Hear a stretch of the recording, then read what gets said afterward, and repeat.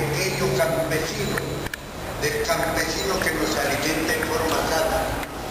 Eso afecta no solo a los campesinos, también afecta a la población urbana, porque en las ciudades la gente se alimenta de esos alimentos sanos que producen los pequeños campesinos. Pero si van a arrebatar el agua de esos pequeños campesinos y la tierra también, va a tener que alimentarse la gente de la ciudad de lo que produce la agroindustria, que envenena a la gente con transgénicos químicos. Por eso tenemos que hacer que despierte la gente de la ciudad, que sepa que también en defensa de ellos es que luchamos por la tierra y por el agua. Queda inaugurada la reunión.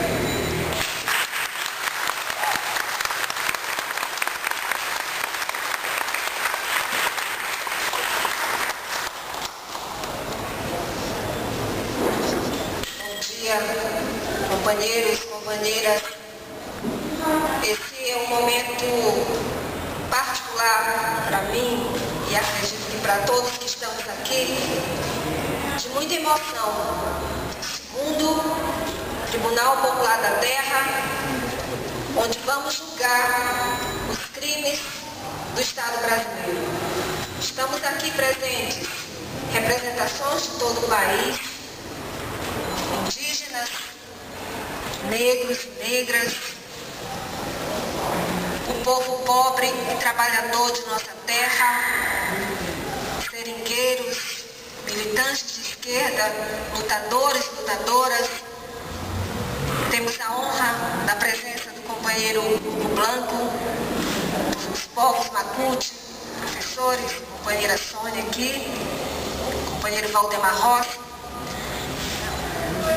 Momento de emoção, porque nós vamos pensar neste momento toda a nossa história, toda a história deste nosso país, onde fomos marcados, principalmente indígenas e negros, o povo negro, pela opressão, pela exploração, e vamos invocar neste momento o sangue, a luta, o suor dos nossos antepassados, para que sirva de força, para que nós possamos, neste momento de análise, neste momento de julgamento e condenação, retomarmos as nossas forças para termos uma atitude, uma ação de construção de uma sociedade livre, de uma sociedade sem exploração e sem opressão. É esse o sentimento que eu trago e digo mais uma vez com muita emoção, porque o que nós estamos vivendo neste momento de crise, de violência contra o nosso povo, de toda forma, não é para estarmos, como muito bem finalizou a apresentação dos companheiros, acomodados. E esse é um momento de união, de retomada, de luta, para que possamos construir um mundo melhor. É isso.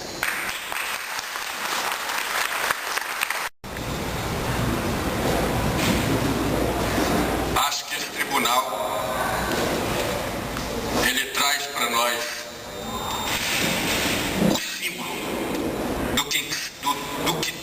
feito, simboliza o que tem que ser feito na luta contra o sistema capitalista. Estou vindo de uma região da Amazônia brasileira, seringueiros, índios, onde nós estamos vivendo um verdadeiro massacre em nome de uma economia verde que começa a expoliar, a mercantilizar todos os meios naturais.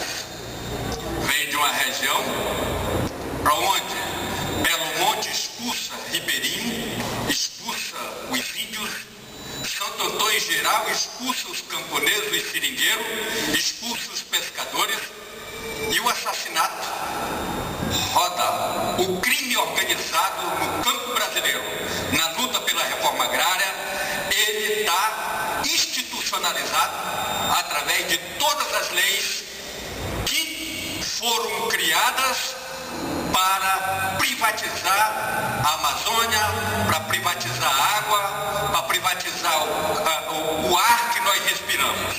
Então eu acho que esse tribunal aqui, ele traz como exemplo uma luta para que nós possamos dar continuidade contra a barbárie e uma luta libertária. Eu acho que aqui está as pessoas convictas da responsabilidade de cada um. Que o sistema opressor, o sistema que é só barbárie, não podemos dar trégua. Nós temos que se juntar todas as forças. E hoje aqui eu tenho o prazer de me encontrar com todos esses lutadores e lutadoras do povo. Tem Hugo Blanco, que conhecia sua história muito na luta no Peru, que foi preso, que foi condenado à morte e que foi... Mas nunca esses companheiros morrerão por conta da sua energia, da sua capacidade de sempre estar revivendo em cada ação de cada companheiro e cada companheira que se dispõe a lutar contra os sistemas opressores. Eu acho que o Estado brasileiro, os estados do nosso continente são os verdadeiros assassinos na luta contra a reforma agrária e tem que merecer o banco dos réus. E para isso, o Tribunal Popular se instala hoje com o objetivo de mostrar, detalhe por detalhe, a opressão, a perseguição, o cárcere, o assassinato, e sair daqui com o objetivo de que nós vamos ter que lutar pela moradia, dar essa continuidade pela moradia, a luta pela reforma agrária, sobre o controle dos trabalhadores, contra a mercantilização dos meios naturais. Vamos à luta até a vitória final. Muito obrigado. Bom dia a todos e todas. É com muita emoção também que eu estou aqui hoje, vindo de Sergipe, no estado do Nordeste brasileiro, me chamo Sônia Meire, para participar do Tribunal Popular da Terra. Nesse sentido, eu quero dizer para vocês que todos os companheiros que aqui me antecederam, tenho certeza que, como eles continuam apostando na revigoração do poder da classe trabalhadora, esse é o nosso objetivo aqui. Numa conjuntura extremamente difícil em que vivemos no mundo e em nosso país, onde a classe trabalhadora tem encontrado inúmeras dificuldades para construir a sua resistência. E o Brasil é um país em que nós estamos cercadas por programas e projetos, por um modelo de desenvolvimento que a cada dia transforma as nossas energias em apatia, em desesperança. Esse Tribunal Popular da Terra, para nós, representa um momento ímpar na história da nossa luta da sociedade brasileira, porque ele ultrapassa, inclusive, as fronteiras nacionais, para dialogar, para construir com outros companheiros e companheiras de outros países a possibilidade da gente continuar fazendo a resistência e a luta, para as futuras gerações poderem continuar vivendo, porque, como disse o companheiro Osmarino, estamos sendo expropriados de todas as formas, inclusive pelo ar, da possibilidade de respirar. Tudo está sendo cada vez mais privatizado. E não pensemos nós que a ditadura acabou. Estamos sob outras lógicas de controle da nossa ação e da liberdade de expressão. Então, o Tribunal Popular da Terra é um momento mais um momento de construção, de continuar fazendo a construção pela liberdade de expressão, de nos comunicar e de construir a resistência internacional. E é por isso que estamos aqui nesses dias para discutir, inclusive, estratégias de avançar contra o Estado opressor, onde quer que nós estejamos. Com isso, eu também declaro aberto o Tribunal Popular da Terra. Um bom trabalho para todos nós.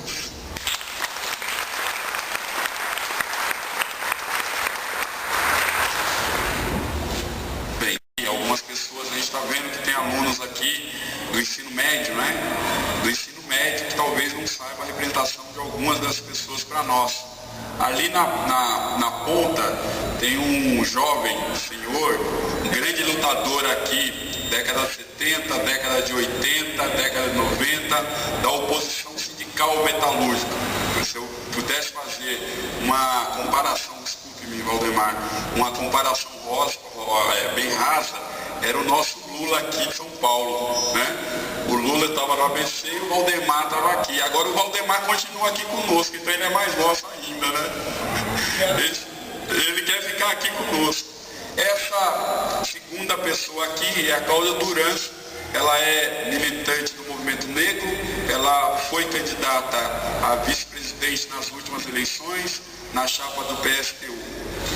É uma militante do Maranhão, né? Está aqui, esses tempos aqui, morando em São Paulo, para fazer o doutorado dela na PUC de São Paulo. E a Cláudia tem uma importância muito grande nas lutas do popular, quilombola, do movimento negro, enfim, aqui no Brasil, no Maranhão e no Brasil. Essa terceira pessoa aqui, a gente caçou o Osmarino durante uns 6 meses para poder fazer uma atividade com ele, né? O Osmarino, junto com o Chico Mendes e outros companheiros, foram que deram um dos maiores combates, né, para a proteção ambiental nesse país. Infelizmente o Osmarino está aqui, ele seria a pessoa a ser assassinada no lugar do Chico Mendes. O Chico Mendes se preocupava com o Osmarino, né? E infelizmente quem acabou morrendo foi o Chico Mendes, né? Tem uma importância fundamental para a história desse país, né? E é uma alegria muito grande ter o Osmarino aqui. A Sônia Meire é uma das pessoas que mais conhece a educação da terra no Brasil, né? Tem um acúmulo muito grande, ela é de Sergipe, tem um trabalho de educação na terra com o Movimento Sem Terra, lá em Sergipe, aqui em São Paulo, no Brasil. Enfim, a Sônia é uma das maiores conhecedoras desse tema no Brasil, né? E a Sônia é uma pessoa que, quem a conhece pessoalmente, é uma pessoa que tem uma paixão absurda, que consegue contaminar todos nós, consegue fazer 1000 coisas ao mesmo tempo, consegue agitar diversos grupos, né? E a gente considera a Sônia uma pessoa fundamental. Essa companheira, a Milari, né? Ela é hoje a maior liderança do Chile, né? Contra a obra do Chile que se compara a Belo Monte, né? Ela tem sido perseguida permanentemente lá no Chile, né? A gente fez um esforço muito grande para que ela estivesse aqui, que é importante, né? Ela está aqui dando depoimento, trocando aqui e fortalecendo a luta lá no Chile, né? Porque além de tudo mais, de ser essa liderança importante, ela é Mapuche, e os Mapuche estão em guerra lá no Chile, né? O Estado chileno está em guerra contra o Mapuche. A gente precisa construir uma grande solidariedade em favor do povo Mapuche. É fundamental que a gente escute os Mapuche, né? Veja as experiências dos Mapuche e apoie os Mapuche. Esta outra figura que já está, talvez hoje, né, não desmerecendo, né, os demais componentes da mesa, muito pelo contrário, né, mas talvez seja a pessoa de referência de luta mais importante, viva hoje, né, no continente latino-americano, que é o Hugo Blanco, né? O Hugo Blanco foi, né, na década de 70, foi uma das figuras fundamentais do Peru, né, para que fosse feita a reforma agrária. Então o Hugo Blanco, né, foi preso, foi colocado na cadeira para morrer, não morreu. O povo peruano é muito grato ao Hugo Blanco. Ele retornou, né, ao Peru e saiu da cadeia graças à mobilização do povo peruano, né? E como vocês podem ver, depois de toda essa luta, ele está aqui, né, está vivo e está querendo lutar, está querendo estimular as gerações para fazer a luta aqui no Brasil e na América Latina. E a Patrícia, né, que é também uma militante da causa Mapuche, né, que por ser, né, fazer essa militância, ela foi presa, e assim que ela saiu da cadeia, né, ela veio aqui para o Brasil. A gente já está tentando fazer algumas ações, algumas atividades em conjunto, porque nós consideramos realmente né, a luta Mapuche como uma das lutas muito importantes, né, para que a gente possa aderir, possa apoiar. Patrícia o quê? Troncoso. Não errei, tá vendo, Patrícia? Não é trancoso, é troncoso. Patrícia é troncoso. Né? Tem alguns vídeos da Patrícia no YouTube, né, ela falando dessa perseguição que ela tem sofrido ao longo desse tempo por defender a causa Mapuche. Né? Quem tiver oportunidade, está inclusive legendado. É um depoimento muito forte, muito contundente, muito importante para que a gente possa se apropriar do que está acontecendo na América Latina. Então eu diria, né, que a gente está neste momento vivendo um momento histórico aqui no Brasil, né, aqui em São Paulo, aqui no Parque Santo Antônio, quando a gente traz essas referências muito importantes e quando a gente traz esses lutadores que acreditam que nós não estamos vencidos, nós fomos derrotados, né, momentaneamente, mas nós não estamos vencidos. Nós estamos nos reorganizando para dar uma resposta contundente à ação do capital nesse período que não só explora, mas nos destrói, né, de uma forma muito quase que definitiva, porque estão destruindo absolutamente as condições para que a gente continue a sobreviver. E aí, né, a gente está fazendo esse convite para que as pessoas fiquem esses 3 dias aqui, compreendam o que está acontecendo no Brasil, partilhem dessas pessoas que estão aqui, essas e outras que chegarão, né, e que a gente saia daqui pensando como é que a gente vai encontrar saídas para enfrentar essa ação contundente do capital, que, como eu já falei, nos destrói. Então é isso, gente. Eu queria agradecer a todas essas figuras históricas importantes na luta do povo brasileiro, dos latino-americanos, dos trabalhadores de forma geral, né? E aí nós vamos almoçar agora e a 1h a gente retorna aqui e aí começa com a primeira sessão, né, do Tribunal Popular. Bem, tem mais uma pessoa na mesa. Patrícia, como é que é o nome dela? Dele é Não entendi. Dá pra ela falar. Não entendi. Fale seu nome aqui que todo mundo quer saber. Antula. Antulafki. É isso. Então, gente, tá, mas por que... Tá certo, Helena. Você viu? Aqui a gente é dirigido pelas mulheres com muito prazer. Esse espaço aqui, nós escolhemos esse espaço porque esse espaço tem uma importância, essa região tem uma importância muito grande, né? Nas lutas do Brasil, essa região foi uma das regiões mais importantes, né? A luta contra a carestia foi uma das lutas que saíram daqui. A luta dos trabalhadores era muito organizada. O Valdemar foi companheiro do Santos Dias, sabe quanto foi importante, né, a luta dos trabalhadores aqui nessa região, a luta por creche, a luta por moradia.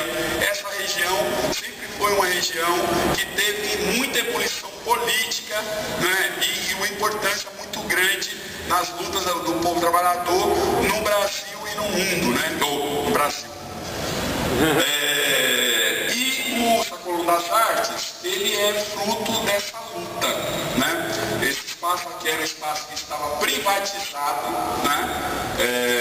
E o povo aqui da região, os movimentos aqui da região se juntaram para ocupar esse espaço aqui, expulsar, né, quem explorava esse espaço economicamente, né, para fazer um espaço democrático que seja expressão das lutas, que possa produzir cultura, possa produzir política, possa produzir a vida, né? Então esse espaço aqui é um espaço muito importante, um espaço muito emblemático das lutas. Essa região é uma região muito importante, essa região é uma região que foi e sempre foi, né, e sempre será importante nas lutas da classe trabalhadora. Então é por isso que nós escolhemos esse espaço aqui. Sabemos que existe uma dificuldade de chegar aqui, não é fácil chegar aqui, mas eu acho que a gente precisa fortalecer, se apropriar e fortalecer os símbolos da classe trabalhadora. E este é um símbolo da classe trabalhadora e por isso, né, nós escolhemos esse lugar aqui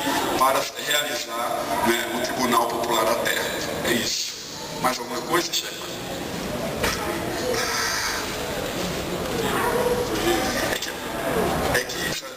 A diversidade de uma produção, de um tipo de específico de produção, de uma região e até do mundo. Então, como vocês conhecem, a mais comum é a tal da laranja pera, que se encontra nos mercados facilmente e tal, né? Mas, de fato, existem muitos tipos de laranja. Nessa região toda, antes da laranja, do grande monopólio da laranja, houve o do café. O grande enriquecimento dos grandes monopólios veio por meio do café, cuja riqueza era ostentada pelos barões do café, que dão nomes a inúmeras ruas em quase todas as cidades do estado. Aqui mesmo, em São Paulo, tem a rua Barão de Limeira. Lá em Campinas, tem a rua Barão de Jaguara, Barão de Campinas, e assim, em Limeira tem uma avenida Barão de Campinas, e assim os barões dão nome à nossa geografia, à nossa região. Bom, entrando na questão contrária, imagino que se as coisas andarem nesse ritmo, logo, né, o contrário será nome de rua também. Assim como os nomes da Citrosuco, né, segundo a defesa apresentada aqui, a ser apresentada pela nobre advogada. O fato é que a Cotrale acumulou ao longo de pouco tempo no Brasil uma quantidade de terra muito grande. Ela concentra uma imensidão de terra no Brasil que deve ser maior, muito maior que a quantidade de terra distribuída para a reforma agrária aqui no estado de São Paulo. Ela conseguiu reduzir em mais da metade, junto com as outras grandes empresas do ramo da laranja, a quantidade de pequenos sitiantes em quase a metade. Era entre 35 e 40 mil no final da década de 70 e hoje tem uns 14 mil sitiantes. Todos esses, infelizmente, perderam suas terras para o monopólio da laranja.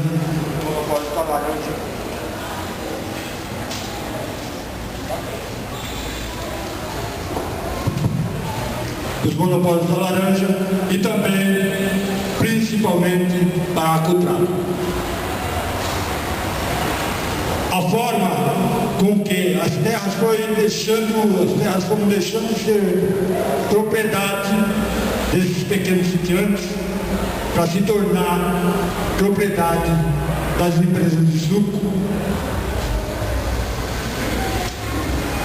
foi tornar o preço da laranja, da caixa de laranja, cada vez mais barato, por meio da formação de cartel.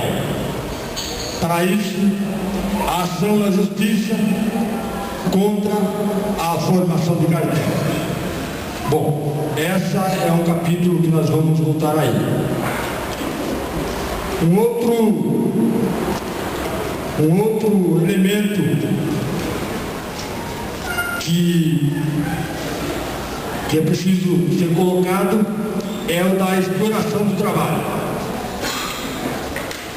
Talvez não seja apropriado para o promotor público tratar a falar de exploração do trabalho, porque nosso país é um país capitalista e legalmente ele permite a contratação de trabalhadores. E os trabalhadores passam a ser, de alguma forma, a partir dessa ideia de contratação, colaboradores da empresa. O fato é que esses colaboradores ganham, em média, de 600 a 1.200 reais mês. Digo 600 reais, não sei se advogado conseguiria viver com um salário de 600 reais. Ou se o dono ao contrário conseguiria viver com o teto de 1.200 reais, que é o salário pago dos trabalhadores que coletam laranja. Mas, de fato, essa é a média.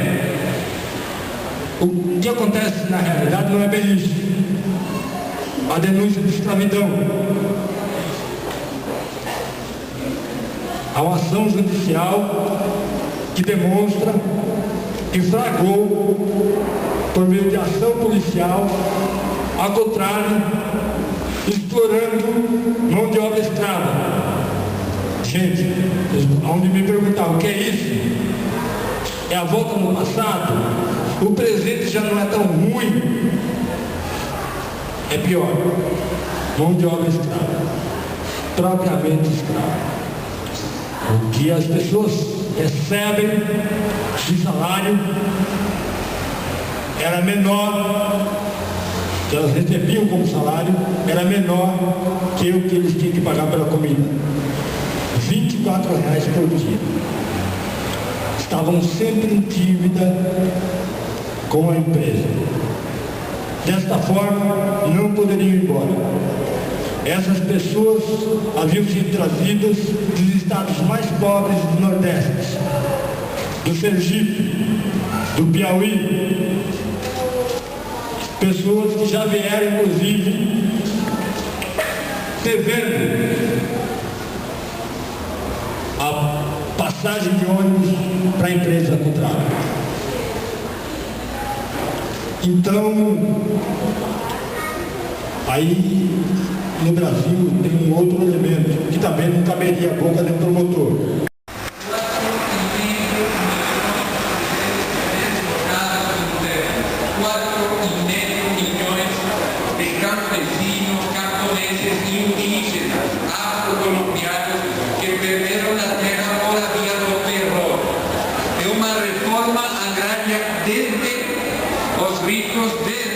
Nacionais para fazer uma transferência de fato do território das terras às transnacionais e às pessoas mais ricas da Colômbia.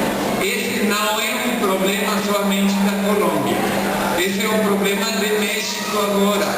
Quando o México fala que o problema de México é narcotráfico, é a mesma estratégia aplicada na Colômbia para que as transnacionais, com o pretexto da guerra, accedam às riquezas e recursos de nossos países. Recursos minerais como o ouro, o água, oxígeno, biodiversidade, mineria. E mais importante de tudo, e com tudo isso, o território de nosso imaginário vem sendo ocupado para benefício das transnacionais. E por isso que é uma guerra dos ricos das transnacionais, do neoliberalismo contra os povos indígenas, contra o saber dos povos indígenas para a ocupação desses territórios. A guerra da Colômbia, a verdadeira guerra da Colômbia não sai nos meios de comunicação, na mídia, não sai. Se diz que Colômbia tem 4,5 milhões de deslocados por causa da guerra. Essa não é a verdade. A verdade não é que em Colômbia não existe deslocamento por causa da guerra. A verdade é que existe a guerra para causar o deslocamento. E o resultado do deslocamento é uma transferência massiva de territórios aos grandes megaprojetos e fazendeiros.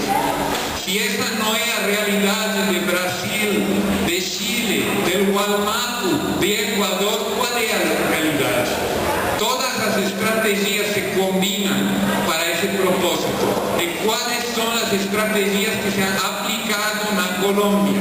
La combinación de tres estrategias: terror y guerra para deslocar a las personas, propaganda, a mentira o engano para que las personas acrediten una historia que no es verdad. Todo que vocês saben de Colombia es narcotráfico y guerra, mas vocês no conocen la lucha popular. Y la lucha popular continúa en Colombia. Y la lucha popular es mucho más que as FARC. Es la lucha de un povo resistente con su capacidad y creatividad. Con el gobierno actual de Colombia presenta una faz, un rostro de democracia y de libertad. Yo voy a dar un ejemplo para demostrar que eso es una mentira. En 2010 fue el primer año que la Cruz Vermelha reportó que el desplazamiento en Colombia se había nuevos deslocados, había reducido el número de nuevos deslocados. 2010. 2011 incrementó más de un 50% con relación a los años anteriores. La violencia o terror continúa en Colombia para transferir las riquezas a transnacionales. Más de 3.000 lideranzas de los movimientos sindicales han sido asesinados en Colombia. Más que en todos los homicidios, asesinatos de sindicalistas en el mundo cada año. Si usted suma todos los asesinatos de sindicalistas en el mundo y después presenta los de Colombia, todos los demás sumados son menos que los asesinatos en Colombia. El terror en Colombia es una estrategia de transferencia de riqueza y recursos transnacionales. Mas la intención de ese proceso es eso que yo quiero hablar aquí para los parentes de los povos indígenas, de las luchas populares do Brasil y do continente. Cuando nos falamos así, vamos a luchar hasta nuestra muerte, vamos a luchar y dar a vida para eso, sí, mas es importante saber que ellos, después de mucho tiempo, logran el propósito que ellos pretenden. A Colombia el resultado del asesinato de las lideranzas es la pérdida de la memoria de la lucha popular. Cada lideranza que nos perdemos es la memoria de nuestra lucha que no se puede olvidar.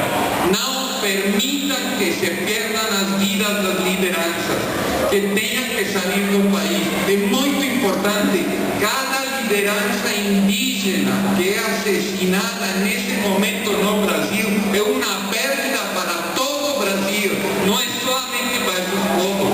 Y no precisan caridad, precisan conciencia, solidaridad, unión con ellos.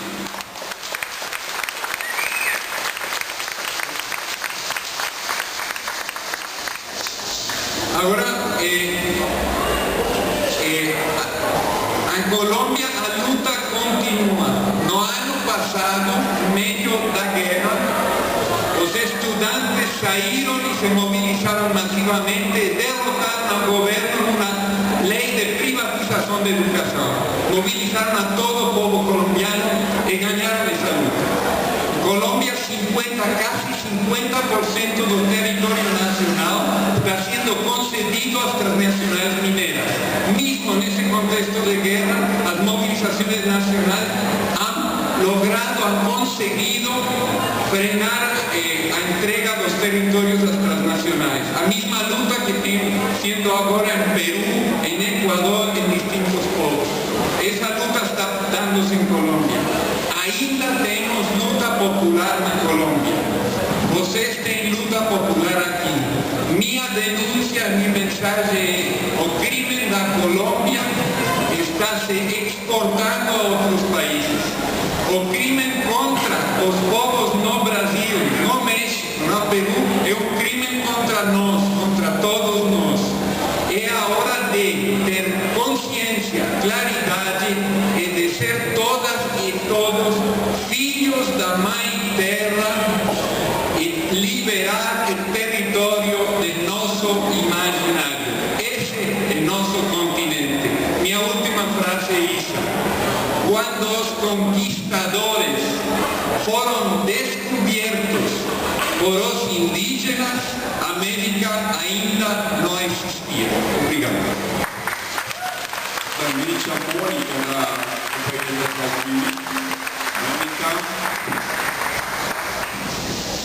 Dia 12 de abril de